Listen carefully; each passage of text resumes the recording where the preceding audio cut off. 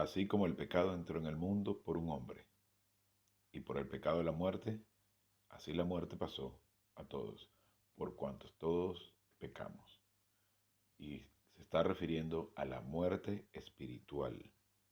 Recordemos que Cristo muere en la cruz por nosotros como sustituto, porque el pago del pecado es muerte, muerte espiritual, y la dádiva, es decir, el regalo de Dios, es vida eterna. Por lo cual Cristo debe morir espiritualmente. Él no pagó los pecados del género humano con su muerte física. De hecho, una vez había pagado todos los pecados y había muerto espiritualmente, entregó su cuerpo, entregó su vida biológica, su vida física, voluntariamente. Pero lo que paga los pecados del género humano es la muerte espiritual. Así como Isha y Adán no murieron físicamente, sino murieron espiritualmente. Como consecuencia de su muerte espiritual, muchos años después murieron físicamente. Para que entendamos el contexto de lo que es el pago de Cristo en la cruz y el regalo de Dios, que es vida eterna. Y todo es por gracia. Todo es parte del plan de Dios. Todo es un regalo divino. Esto es impresionante y debemos verlo con la magnitud de lo grande que es esto, para que entendamos que nuestra participación dentro del plan de Dios es recibir, recibir, recibir, y que no podemos hacer nada para mejorar el plan de Dios. Eso nos libra de un peso terrible, un peso increíble, cuando nos intentan hacer creer que tenemos que hacer algo para agradar a Dios, cuando tenemos que hacer algo para, eh, de alguna forma, compensar nuestras metidas de pata, cuando realmente lo único que tenemos que hacer es confiar. ¿Y por qué confiar? Porque es solo fe, porque la fe es el único mérito de percepción que es no meritorio. Recordemos que hay tres métodos para la percepción. Uno es el racionalismo, el otro es el empirismo, que ambos dependen de la capacidad, la inteligencia del ser humano. Pero la fe es el único método de percepción donde no se requiere capacidad humana, donde el mérito está en quien aporta la información, en quien hace y no en quien recibe. En este caso, nosotros recibimos la información divina, nosotros recibimos los regalos divinos, recibimos la salvación y todo es por mérito de Dios, no nuestra. De hecho, la mayor parte de las cosas que el ser humano sabe o entiende o acepta es por fe, porque no conozco a nadie que haya ido a la luna. Sin embargo, le preguntas a la gente y te dicen sí, que el hombre fue a la luna en el año 69 o 68. Pero ¿alguno de ustedes fue para allá? ¿Estuvo en la luna? No. Se cree porque se confía en los testimonios, aunque hay siempre gente que lo niega, por supuesto, pero que aún así creen en el testimonio de la NASA y del gobierno de Estados Unidos, pero sin embargo hay gente que lo niega. Y está bien, están en su completo derecho. Entonces, si creemos en la NASA, ¿cómo no creer en Dios? Todo es por la libre voluntad del individuo. Ahora, cuando la libre voluntad del individuo se une a la voluntad de Dios, esto es impresionante. El viaje monumental que podemos hacer durante el tiempo que estamos aquí. Y de igual manera como la gracia provee la salvación, también provee la relación con Dios, la comunión con Dios. Y lo único que tenemos que hacer es, si citamos nuestros pecados, es decir, a lo mejor sí, a lo mejor no. Si citamos nuestros pecados, Dios es fiel y justo para perdonar nuestros pecados y purificarnos de todo mal hacer. Solamente con disponernos en la intimidad de nuestra alma, presentando nuestros pecados al Padre, podemos nosotros decir, gracias Padre, porque todo lo pagó Cristo en la cruz. Y ese es el mayor acto de humildad que podemos hacer. Y recordemos que la humildad es someterse a la autoridad. Y la primera autoridad, la máxima autoridad, es Dios. Por lo cual, ahora, en unos breves instantes, podremos, en la intimidad de nuestra alma, reconocer nuestros pecados, nuestras independencias, para poder iniciar la clase de hoy.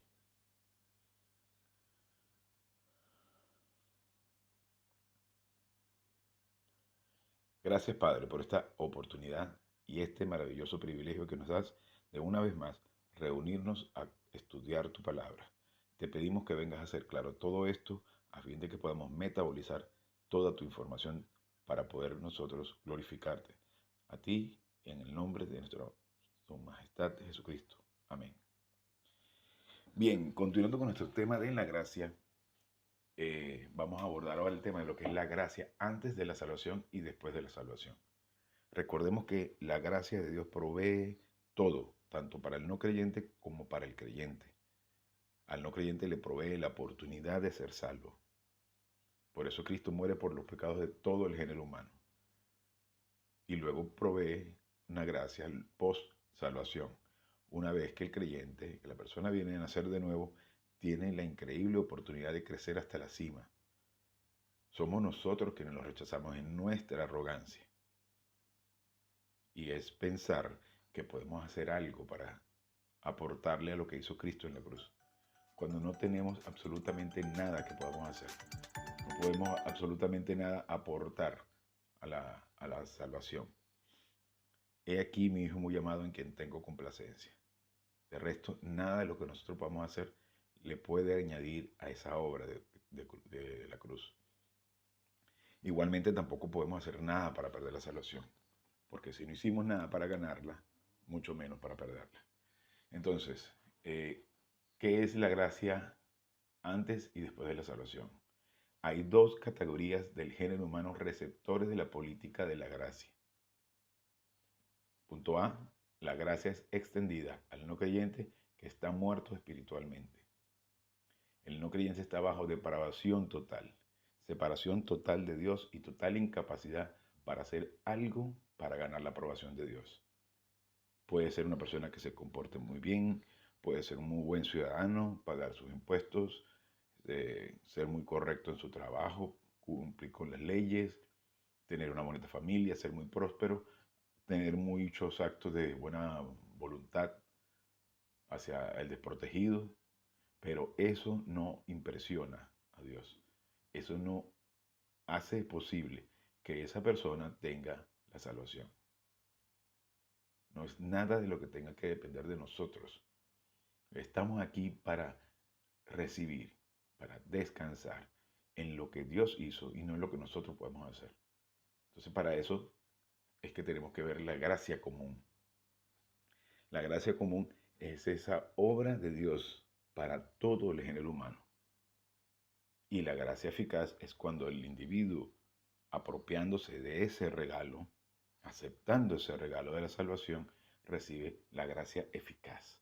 Cuando hace efectiva ese regalo, hace efectivo ese regalo en su vida. La salvación es por fe. ¿Por qué por fe? Porque es donde no existe mérito humano, donde el mérito descansa en el objeto, en el sujeto, perdón, que en este caso es Dios, y no en el objeto, que somos nosotros, que somos los receptores. Y solamente por fe. Eso es el asunto más importante en la gracia. La fe es la respuesta no meritoria a la gracia. Es decir, creo. Por eso es tan impresionante cuando el paralítico de Bethesda se encuentra 38 años, dice la Biblia, ha estado paralítico y Cristo se le acerca y él le dice, solamente le dice curios, que significa Señor. Es decir, el paralítico estaba reconociendo la deidad en él. Y con eso fue suficiente. Solo le dice, tu fe te ha salvado. No solamente sanado, sino salvado. Es decir, qué increíble que con tan solo ese pequeño gesto de humildad en el que el individuo cree, ya Dios lo salva. Para que, yo sé que es difícil y muchas veces estamos tan llenos de nosotros mismos, en nuestra arrogancia, que creemos que tenemos que hacer algo. Y muchísima gente a la que puedes decirle, mira, no tienes que hacer absolutamente nada. Dice, pero no, esto es imposible que yo no tenga que hacer algo. Pues no tienes que hacer nada. Es solo descansar en Él. La salvación es por fe y solamente por fe. Eso es el asunto más importante en la gracia. La fe es la respuesta no meritoria a la gracia. Entonces, para esto es que estamos estudiando la gracia, la doctrina de la gracia y la salvación. La salvación, recordemos que es la palabra sotería. De hecho, proviene de la palabra soter. Y está el verbo sotería, que significa salvación o liberación. Y en la medida que nosotros nos disponemos a estudiar la palabra de Dios, en la medida que crecemos espiritualmente, venimos a ser libres. Si permaneces en mi palabra, serás verdaderamente mis estudiantes, mis mácetes, y conocerás la verdad, y la verdad te hará libre. En su punto 2 dice, Dios le da a cada creyente de la edad de la iglesia 40 cosas en el instante en el que cree en Cristo. Estas 40 cosas son partes de la salvación. Somos hijos, herederos de Dios, coherederos con Cristo, embajadores, sacerdotes, entre las 40 cosas que suceden en el instante de creer en Cristo. Venimos a nacer espiritualmente. Y es impresionante porque muchas veces no nos damos cuenta del increíble regalo que hemos recibido y nos dejamos llevar por las situaciones, por las increíbles dificultades y nos estamos comportando como si fuésemos plebeyos, cuando en realidad somos miembros de la familia real de Dios. Qué cosa más impresionante. Y tenemos la terrible costumbre de tropezarnos a cada rato con nuestras dificultades, nuestras adversidades, nuestras necesidades, nuestros apetitos. Porque la naturaleza de pecado tiene dos tendencias. Una hacia la, la lujuria, que puede ser de poder, de sexo, de vicios de todo tipo, o puede ser hacia el ascetismo, hacia esa autorrectitud en la que podemos pensar de que podemos impresionar a Dios y lo único que estamos haciendo es engañándonos a nosotros y tratando de engañar a los demás. Cuando en realidad lo único que estamos aquí es para relajarnos, para vivir descansando, descansando sobre todo en lo que Dios ha provisto para cada uno de nosotros. Entonces, eso es lo que tenemos que concentrarnos y queremos llegar al punto en el que conozcamos a Dios lo suficiente como para que las situaciones que se nos presenten a diario sean cualquier cosa. Y cada dificultad, mientras más grande, mejor. Mientras más difícil sea la adversidad, mientras más grande sea la adversidad, más oportunidad vamos a tener de crecer espiritualmente. Y mientras más difícil sea la adversidad, más felicidad vamos a desarrollar. Donde podremos ver a los demás corriendo, desesperados, agarrándose de la cabeza y jalándose los pelos. Y aún así decir nosotros, pero ¿por qué se preocupan? Y cuando te das cuenta, tú dices, en una situación similar, tiempo atrás yo me hubiese estado preocupando. Sin embargo, ves a los demás corriendo, dices, no es que lo vas a criticar, no es que lo vas a juzgar, que te vas a sentir mejor, sino que dices, yo no puedo entender cómo hay que preocuparse en una situación como esta, cuando Dios tiene todo perfectamente controlado. Nada sucede sin autorización divina. Y entonces ves cómo se puede venir una catástrofe sobre ti. Y tú dices, gracias Padre, porque en la medida que la situación es más difícil, es cuando tu gracia sobreabunda. Yo tengo la información, me relajo y sé que todo esto está provisto por ti, provisto o permitido. Está la voluntad directa de Dios o está la voluntad permisiva de Dios, donde Dios permite que ciertas situaciones se presenten para que nosotros vengamos a crecer espiritualmente. Pero ¿cómo podemos crecer espiritualmente y mantenernos firmes ante toda la adversidad? Precisamente porque hemos comido lo suficiente de la palabra de Dios como para poder aplicarlo en nuestras vidas. Y donde cuando vemos la situación, decimos, gracias Padre, estamos relajados porque sabemos que todo está bajo control. No caemos en pánico. Y entonces podemos ver las situaciones como oportunidades para crecer. Y donde Él se lleva la gloria, nosotros nos llevamos los beneficios. Porque el mayor beneficio es mantener la paz, la tranquilidad y la felicidad en medio de cualquier situación. En el subpunto 3 nos dice, la salvación es la obra exclusiva de Dios Padre, Dios Hijo y Dios Espíritu Santo. Recordemos que Dios Padre diseña el plan, Dios Hijo lo ejecuta y Dios Espíritu Santo lo comunica. Y estamos en la dispensación más increíble de todas, donde Dios Espíritu Santo se encuentra comunicando todas estas maravillosas noticias, porque estas doctrinas vienen directamente de la boca de Dios. Y recordemos que boca, Dios Padre no tiene boca, porque eso es un antropomorfismo, es darle características físicas humanas a Dios para que nosotros podamos entender. Y entonces, todo proviene de la boca de Dios para que nosotros podamos entender todo esto. Y el Espíritu Santo, si estamos nosotros en la llenura del Espíritu, hace claro ese mensaje a nuestro espíritu humano, a fin de que vayamos creando una fortaleza en nuestra alma. Y vamos creciendo y nos vamos enfrentando a cualquier situación sin desesperación, sin miedo, sin angustia. Y entonces podemos decir, si tiene fe, es decir, doctrina, el tamaño de una semilla de mostaza, podrá decirle a esa montaña, muévete y se moverá. ¿Qué montaña? Las montañas de problemas, de montañas de angustia, de miedo, de preocupación, ansiedad. Y no nos damos cuenta, en la medida que vamos creciendo espiritualmente, ni siquiera nos damos cuenta, hasta que de pronto nos ponemos a observar la situación y decimos, wow, yo antes no me hubiese puesto así, yo antes no hubiese estado tan tranquilo. Pero basta con que tengamos información divina, las situaciones más bien nos hacen un favor. Y bien, en el subpunto B de este estudio, la gracia de Dios es extendida a los creyentes de esta dispensación a través del plan protocolo de Dios. Y un protocolo es justamente una metodología por la cual Dios organiza todo. Si vamos al Palacio Real a visitar al rey, que es nuestro padre,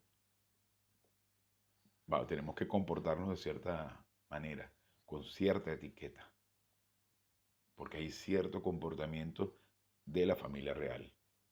Si nosotros somos miembros de la familia real, y si lo somos, de la familia real de Dios, con más razón para formar parte de ese protocolo. Y parte de ese protocolo es, primero, cita tu pecado. Luego comienzas a conocer el protocolo. Creces suficiente como para decir, yo sé que yo puedo entrar a la casa de mi padre y allí estaré protegido.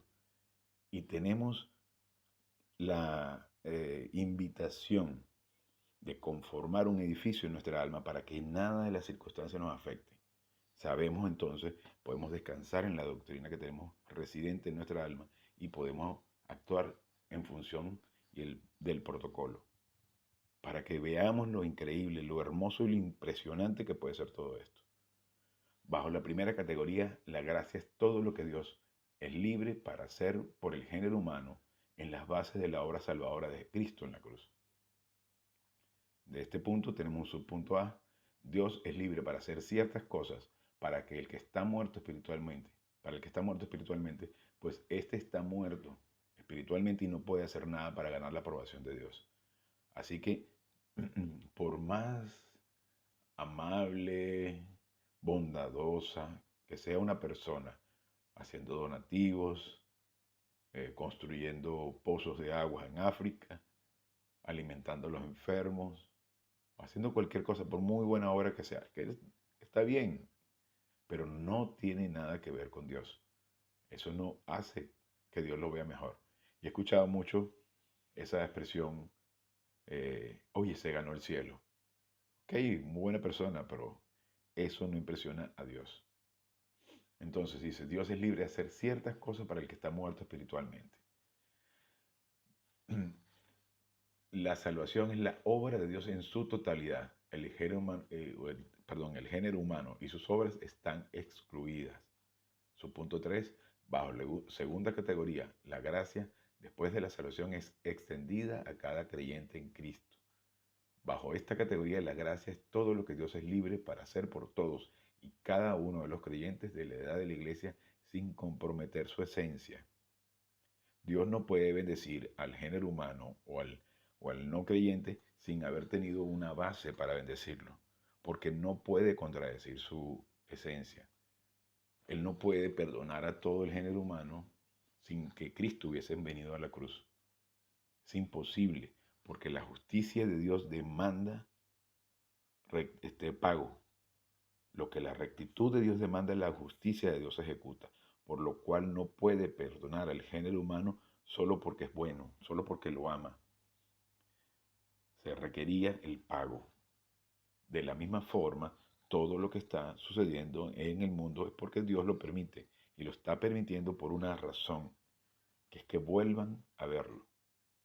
Entonces, muchas veces podemos caer en frustración cuando vemos situaciones como Venezuela, que está recibiendo palo y palo y palo y año tras año y palo y palo y palo. Y entonces podemos decir, bueno, pero el que no tiene suficiente conocimiento podrá decir, pero ¿qué pasa, pobrecito? Dios nos ha abandonado. No, allí está un remanente cristiano bastante potente, una cantidad enorme de miembros de la familia real que han rechazado a Dios, que apoyan un régimen comunista. Entonces todavía siguen apoyando a ese régimen cubano. Para que entendamos que todo lo que sucede es porque Dios lo permite o lo envía directamente a Él. Y que todo es parte de lo que es. Voltea a verme tú que eres mi hijo. Muchas veces puedes escuchar a un miembro de la familia real apoyando al régimen, pidiéndole a Dios que mejore la situación, pero siguen apoyando al régimen, quejándose de la situación económica o de la inseguridad, pero apoyando al régimen. Y no te das cuenta que Dios no puede ser comunista, que es satánico pensar que Dios es comunista, cuando Dios, comenzando porque es el dueño de todo el oro y la plata, comenzando porque Dios no es un Dios bueno que le da a todo el mundo por igual. Dios es un Dios perfecto y da según la medida de cada uno. De hecho, Dios no está con los sindicatos. Al contrario, desprecia a los sindicatos. Porque, como un ejemplo de esto, y no quiero extenderme demasiado en este tema, llegaron dos obreros en la mañana y pactaron con el hacendado, con el propietario de las tierras, para trabajar. Y él les prometió a cada uno una cierta cantidad de dinero. Llegaron en la tarde o en el mediodía, dos más, y él les prometió una cierta cantidad de dinero. Y al final de la tarde llegaron otros dos más y les prometió la misma cantidad de dinero. Al final del día le pagó a los tres grupos, a los seis, le pagó la misma cantidad. Los de la mañana se quejaron, y los de la mañana y el mediodía hicieron un sindicato con la intención de reclamar cómo es posible. Y el patrono les dice, yo pacté contigo esa cantidad y es lo que te estoy pagando. Eso no es asunto tuyo cuánto le pago a los del final de la tarde. Fue decisión y es decisión del propietario de una empresa cuánto es lo que desea pagarle a cada quien. Porque entonces acabamos con la meritocracia. Entonces entramos en un sindicalismo, en una dictadura del proletariado, donde le tienen que decir a quien invierte y crea riqueza y crea empleo, le quieren decir qué tienen que hacer. O como la dictadura de la Unión Europea, que le quieren decir a la gente cómo tienen que pensar. O la ONU o la OMS, que le dicen al presidente de Salvador que respete los derechos humanos de los delincuentes, cuando ellos tienen más bien que, si nos vamos al estricto cumplimiento de la palabra de Dios, tienen que ser ejecutados. Eso es lo que diría la palabra de Dios. Pena de muerte a la delincuencia. Y verás cómo no hay más delincuencia. Porque tampoco es justo que quienes se portan bien, quienes son buenos ciudadanos, pagan sus impuestos y trabajan constantemente, tengan que pagar la buena comida de los que están en prisión por haber cometido delitos. Así que para que estemos orientados a lo que es la palabra de Dios. No, eso no suena muy chévere. Y bien, continuando con nuestro estudio, la gracia de Dios, la cual empezó en la salvación, es extendida al creyente a través del plan protocolo de Dios para la edad de la iglesia. La extensión tiene un vínculo entre la gracia de la presalvación y la post-salvación. El vínculo son las 40 cosas provistas en la salvación. Recordemos que recibimos al menos 40 cosas al instante de creer en Cristo. Y ahí lo pueden revisar en los estudios anteriores cuando hemos hablado de ese tema. Su punto B, la gracia de la post-salvación es el genio de Dios dirigido hacia el creyente de la edad de la iglesia. Recordemos que iglesia, hay dos tipos de iglesia, la iglesia local y la iglesia universal. Cuando se habla de la iglesia universal se está hablando del cuerpo de Cristo, lo que seremos somos llamados luego la novia, que luego una vez pasado los 1000 años del gobierno de Cristo, vendrá las bodas del Cordero. Entonces la iglesia tiene digamos que dos connotaciones. Una es la iglesia local, que es un centro de estudio, eclesía, asamblea, salón de clases, que esto en este momento se convierte en una iglesia cuando estamos enseñando la palabra de Dios. Entonces, la eclesía es el salón de clases, el grupo de cristianos que se reúnen a estudiar la palabra de Dios. Y luego viene la iglesia universal, que es todo el cuerpo de Cristo, todos los miembros de la familia de Cristo, de la familia real de Dios, todos los que han creído en Cristo, luego de la resurrección de Cristo, que hemos creído en Él, somos la iglesia universal. Por eso es tan satánico el uso de ese católico. Católico significa universal y es una tergiversación de la palabra de Dios. Decir que una secta en específico es el cuerpo que es la iglesia universal. Imagínense. Ok, ya me emociono. La gracia de la salvación está totalmente divorciada de cualquier sistema de obras humanas, mérito, poder, habilidad, comportamiento, talento o emoción humana. Eso de pensar que porque cantas bonito eres más espiritual no tiene nada que ver con eso. Esas son habilidades que puede tener cada quien, pero no tienen nada que ver con los talentos de lo que habla la Biblia. Esto significa que la mayor parte de la actividad cristiana, tal como la emoción y el arrepentimiento, son una blasfemia, porque también es que se confunde emoción con la llenura del Espíritu Santo. No tiene nada que ver las emociones. Las emociones son perfectamente válidas, pero están dadas para responder a la información divina que tenemos residiendo en nuestra alma. La emoción es perfectamente válida, pero es como que se sube, como cuando la emoción toma poder al punto de gobernar el cuerpo, el gobernar la mente, eso es un golpe de estado. Es como cuando pones al niño a gobernar la casa. Y tristemente lo vemos en bastantes hogares, la distorsión de que un niño sea quien manda. Que diga qué comer y cuándo comer y a qué hora comer y dónde comer. O que diga si quiere o no quiere ir al colegio o cambiarse de sexo. Es una distorsión satánica. Entonces, igualmente está mal que sea la emoción quien gobierne el pensamiento y las acciones de nosotros, cuando realmente las emociones están para someterse a lo que piensas. En ningún momento en la Biblia nos dice sientan, dice piensen, piensen, piensen.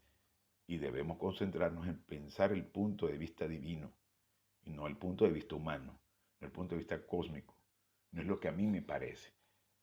Si yo voy a una clase de matemáticas, en las cuales no soy muy bueno que se diga, yo tengo que permitir que el profesor explique y entender y asumir que él es la autoridad y quien tiene que enseñarme. Yo no puedo decirle a él qué es lo que piensa o cómo es que yo creo que debería ser la matemática o porque yo creo, a mí me da la impresión de que 2 más 2 es 5. No, cierro mi boca y escucho, porque él es la autoridad, él es quien sabe. Igualmente, la autoridad en nuestra vida tiene que ser nuestro pensamiento, pero el pensamiento tiene que ser equipado, alimentado, fortalecido de nuestra información espiritual, para que tengamos la misma forma de pensar que Cristo, que sí es posible alcanzar a un cierto nivel, porque yo creo que es imposible que como seres humanos con naturaleza de pecado lleguemos a soportar, lleguemos a alcanzar ese nivel de crecimiento espiritual. Pero la idea es tratar al máximo de alcanzar ese nivel. Ocupación con la persona de Jesucristo es el máximo punto de crecimiento espiritual, donde ya las circunstancias no nos afectan. Entonces es impresionante. Dios ha hecho más por nosotros como creyentes de la edad de la iglesia que Él hará por cualquier otro grupo de creyentes. Por lo tanto, nosotros vamos a tener que responder a Dios en referencia a qué hemos hecho con todos estos bienes. Tenemos un portafolio de activos invisibles. Podemos llegar a ser héroes invisibles, donde ni nos enteramos de las bendiciones por asociaciones por asociación que podemos derramar en una nación solo porque nosotros crecemos espiritualmente, donde Dios protege el entorno de la nación en la medida que existe un suficiente remanente espiritual para que el crecimiento y las bendiciones sean derramadas en ese pueblo. Y podemos ver cuando el remanente de una nación cliente, y tenemos que estudiar el tema de la nación cliente si Dios nos da tiempo para estudiar todo esto. Por eso quisiera poder grabar clases todos los días, pero bueno, las circunstancias no se dan todavía. Que cuando la nación cliente, que es una nación que depende de Dios exclusivamente, es prosperada al máximo nivel porque existe un remanente de cristianos que crecen espiritualmente hasta la cima. Una vez que ese remanente cristiano comienza a irse, a morir, a dejar el cuerpo, comienza a mermar la población de creyentes espiritualmente maduros, por lo cual Dios comienza a desatar disciplina divina, comienza una decadencia en la nación y comienza esa nación a destruirse. Y lo vemos en la actualidad en los Estados Unidos, que es la actual nación cliente. La nación cliente se encarga de administrar y de enseñar la palabra de Dios. Y a lo largo de la historia tenemos muchos ejemplos. Uno de ellos es España, que durante mucho tiempo fue nación cliente. Pero en la medida que comenzaron a rechazar la palabra de Dios, volverse tanto a la religiosidad y despreciar al pueblo de Israel, al punto de que en 1492 son obligados o a aceptar el catolicismo o a irse del país. Una buena porción se fue para América Latina, una muy buena porción se fue son los sefardíes, que se fueron para Centroamérica y Suramérica. Y entonces allí comenzó la decadencia de España, que después de haber sido una nación muy próspera, un imperio muy próspero a nivel mundial, comenzó su decadencia. Y lo vemos en Roma y lo vemos en muchas otras naciones a lo largo de la historia. Y eso lo estudiaremos más a fondo más adelante. Pero para que entendamos que Dios derrama sus bendiciones en la nación en la medida que existe un remanente cristiano que crece hasta la cima. Y podemos llegar a ser héroes invisibles, donde ni nosotros mismos nos enteramos. O a lo mejor nos damos cuenta, gracias Padre, porque sé que es una bendición que se está proveyendo a toda la nación. Por eso es tan impresionante y tan increíble que toda esta información pueda transmitirse. Si la gente supiera que esta es la verdadera receta para la riqueza, la mayor riqueza que podamos experimentar en la vida, si la gente supiera que el secreto del verdadero éxito está en el conocimiento de la palabra de Dios, y habría millones de personas escuchando estas clases. Pero resulta que la mayor parte de la gente está más concentrada en hacer dinero, fama y fortuna en una infinidad de maneras, en la bolsa de valores o en los negocios de las drogas o en negocios online o OnlyFans o lo que sea, pero la gente está buscando las riquezas de otro tipo, cuando realmente la única riqueza que realmente tiene que interesarnos es la riqueza que podemos recibir a través del conocimiento de la palabra de Dios. Entonces, bajo su política de gracia, Dios hace más que ayudarnos. Él nos bendice, Él provee para nuestras necesidades. No tenemos nada de qué preocuparnos. De qué vamos a comer mañana, si vamos a tener para pagar la renta, si vamos a tener para pagar las deudas que tenemos, si vamos a tener para comprarnos un coche o reparar el que tenemos, si no tenemos nada de qué preocuparnos si nos vamos a morir en una cirugía. Nada sucede sin autorización divina. Y en la medida que entendemos eso, descansamos. Entonces, continuando esto, Él provee nuestro soporte vital y Él nos beneficia, seamos ganadores o perdedores. Dios no nos abandona, aunque seamos un fracaso en la ejecución del plan de Dios, Dios no abandona a sus hijos. Y aunque sea un pan con mortadela, Él nos va a proveer del alimento. Pero también, seguro, nos va a proveer de la palabra de Dios, de la llenura del Espíritu Santo, en la medida que nosotros lo aceptemos, la oportunidad, pues, de estar llenos del Espíritu Santo, y un comunicador. Si eres positivo, hay un comunicador allí esperando que tú estés dispuesto a escuchar la palabra de Dios. Y Dios te provee de la información.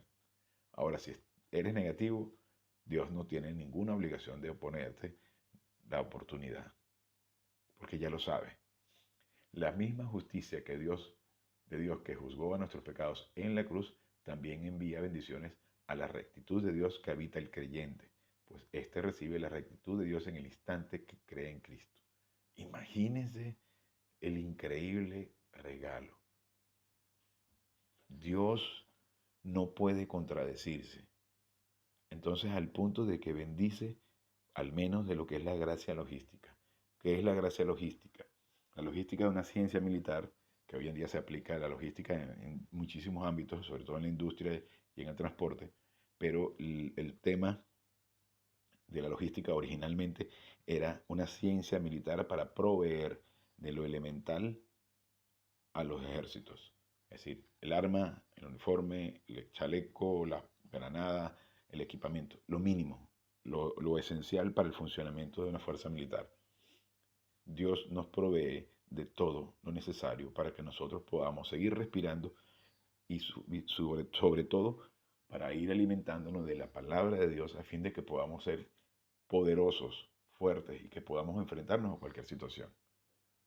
Por lo tanto, la justicia de Dios, una mitad de la integridad de Dios, envía bendiciones a la rectitud de Dios que nos habita.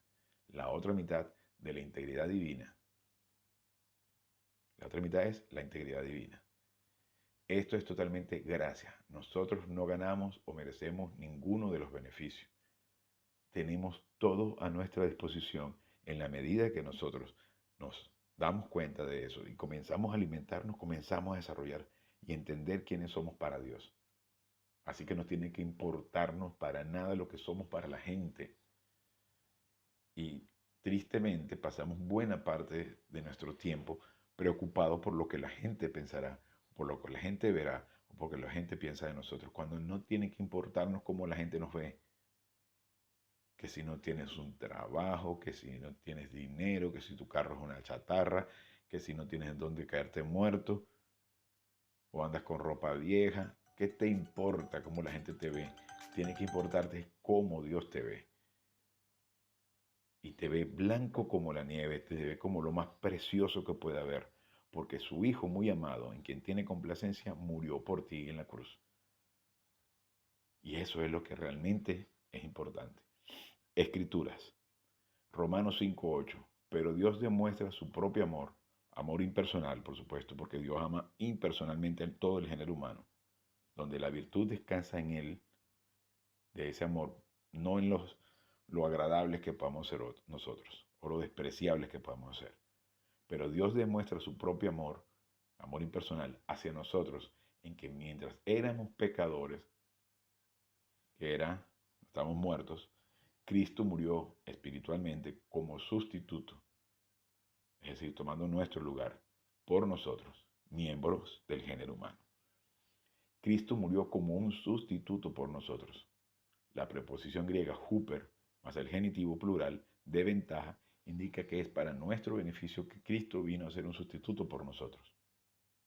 Lo máximo que hemos recibido en la vida es que Jesucristo vino para ser un sustituto de nosotros. Y entonces, ya entendiendo esto, deja de estar llorando por los rincones, deja de estar quejándote. Recordemos que las habilidades de la arrogancia es autoabsorción. Estamos centrados tanto en nosotros mismos, en nuestras necesidades, en nuestras preocupaciones, en las razones para preocuparnos, que no somos capaces de ver todo lo que Dios tiene para nosotros. Para que entendamos que no tiene nada que ver con lo que nosotros tenemos a nuestro alrededor, sino lo que Dios ya ha entregado a cada uno de nosotros, lo que tiene para nosotros. Autoabsorción, autojustificación es cuando tratamos de culpar a todos los demás o situaciones externas, o que bueno, me maltrataron de niño, o me abusaron, o me dejaron caer, o yo soy así porque bueno, me pasaron muchas cosas cuando era niño, o porque mira, es que él me ofendió y yo entonces por eso le devolví el golpe. Autojustificación, le echamos la culpa a todo menos a nosotros mismos, que es una falta de madurez terrible. Y el primer caso que vemos es justamente la de la cobardía de Adán cuando dice la mujer que tú me diste. Es decir, le culpa a Dios y le culpa a la mujer, pero él no está asumiendo su responsabilidad. Un, auto, un acto de arrogancia increíble y autoengaño. Tratamos de cubrir nuestras porquerías diciendo que nosotros no somos malas personas. Cuando la Biblia nos dice que todas nuestras justicias, todas nuestras rectitudes, todos nuestros actos de bondad son como trapos de inmundicia, nos lo dice en Isaías 64:6. Porque nosotros no podemos alcanzar la aprobación de Dios por medio de algo que podamos hacer. Y es justamente eso lo que hace la religión. Enseñarle a la gente que pueden hacer algo para agradar a Dios. Ven a diezmar, da tu dinerito aquí, lléname los bolsillos y tú vas a ver cómo Dios te lo devuelve. Cuando nuestro cochino dinero no puede comprar a Dios, no puede sobornar a Dios con todo el dinero del mundo, cuando todo el oro y la plata del mundo le pertenece a Dios. Todo es parte de Dios, todo es propiedad de Dios. Entonces, ¿cómo se te ocurre que tu miserable 10% va a comprar la conciencia de Dios? Tratar de sobornar a Dios para que te devuelva más. Es una mentalidad miserable el pensar que puedes sobornar a Dios. No hay manera de eso. Entonces, para que seamos conscientes del acto tan satánico que significa querer engañar a Dios. El único que se engaña eres tú y puedes engañar a uno que otro idiota que esté cerca. Ok, y lo máximo que hemos recibido en la vida es que Jesucristo vino para ser sustituto nuestro. Primera de Pedro 3:18 nos dice, porque Cristo, el comisionado para la salvación, eso es lo que significa Cristo, también murió por los pecados una sola vez para siempre. Es increíble porque el pago fue perfecto. De hecho, si Cristo no hubiese podido pagar un solo pecado, no hubiese resucitado. La obra no hubiese estado completada. Completado es tetelestai. Todo está consumado. El recto, lo continúa diciendo aquí en 1 Pedro 3:18, que es decir, Jesucristo en su humanidad perfecta, como sustituto por los no rectos, o sea, por nosotros, los que hacen el mal, el género humano, para llevarnos a Dios, siendo a la verdad, por un lado, muerto en la carne, porque murió físicamente, luego, pero por otro lado, vivificado por medio del Espíritu. Es decir, neumati, dativo de agencia, o sea, es decir, por medio del Espíritu. Inclusive, como no rectos, tenemos una ventaja, pues tenemos un sustituto que es Jesucristo. Aunque nosotros permanezcamos todos turbios, putrefactos, pervertidos, eh, autorrectos, hipócritas, que nos creamos mejor que todo el mundo, Dios provee absolutamente todo, porque todo eso, toda esa inmundicia fue pagada en la cruz. Y podemos pasarnos una vida entera engañándonos, pensando que somos muy buenos y que con eso impresionamos a Dios. Aún así, Dios tiene todo provisto. Aún así, Dios nos ama de manera perfecta, pero habremos perdido la oportunidad de crecer espiritualmente y de apropiarnos de este increíble plan.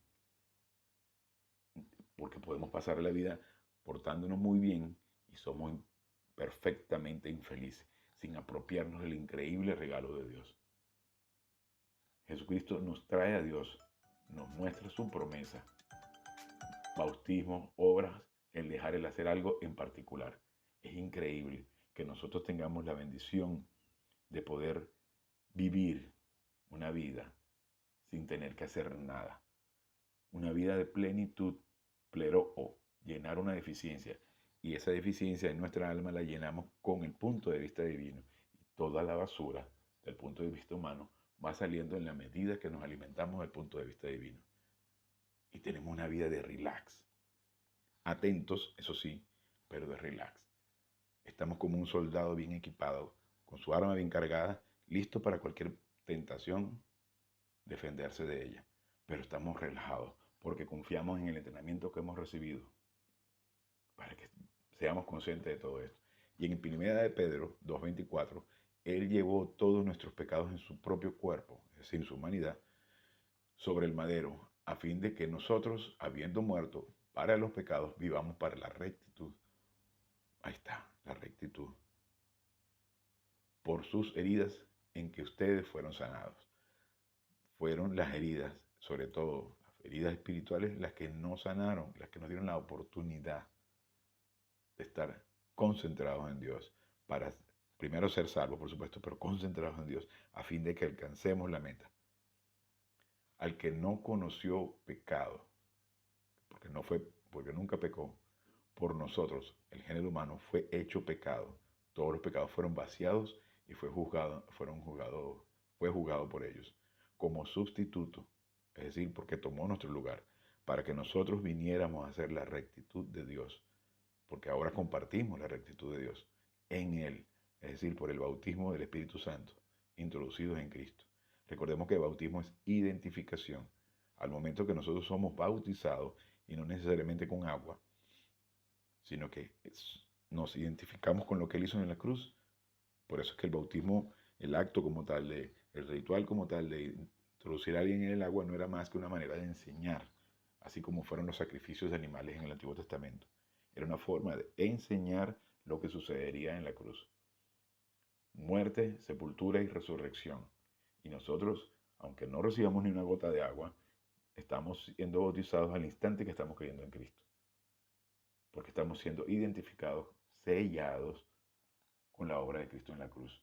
Y nunca se separa de nosotros y nunca perdemos ese sello y nunca podemos separarnos de él. En Gálatas 3:13 dice, Cristo nos ha redimido de la maldición de la ley, porque la ley realmente era una maldición porque era una forma de demostrarnos que era imposible cumplirla. Cristo nos ha redimido de la maldición de la ley, viniendo a ser maldición, es decir, a recibir toda la inmundicia como sustituto por nosotros, porque está escrito, según dice Deuteronomio 21:23 en el Antiguo Testamento, maldito aquel que cuelgue en una cruz, porque Cristo recibió todos los pecados en la cruz como si fuese un extranjero, porque era el castigo que se le daba, la condena que se le daba a un extranjero. Toda la inmundicia del mundo. Entonces, ya se había predicho en Deuteronomio 21:23, maldito aquel que cuelga en una cruz. La solución para el pecado antes de la salvación es mencionada muchas veces en las Escrituras. Punto 1. La fe es la única cosa que no contradice la gracia de Dios, porque no existe mérito en nosotros para que vayamos a despojarnos totalmente de toda esa imagen que se nos ha querido inculcar desde muy pequeño, que si te portas bien vas a recibir un premio. Entonces, si me porto bien y recibo un premio, no es un regalo, es un premio, es un pago. Pero en este caso nosotros no tenemos que hacer nada. El pago está hecho todo en la cruz. Y no contradice. Ahora, para nosotros es gratis, solo por creer. Y eso entonces no contradice la cruz, porque ya el pago está hecho. En Gálatas 2:6 dice, sabiendo que el hombre no es justificado por las obras de la ley, sino a través de la fe en Cristo Jesús, precisamente nosotros hemos creído en Cristo Jesús para que podamos ser justificados por fe en Cristo, y no por las obras de la ley, porque por las obras de la ley ninguna persona será justificada.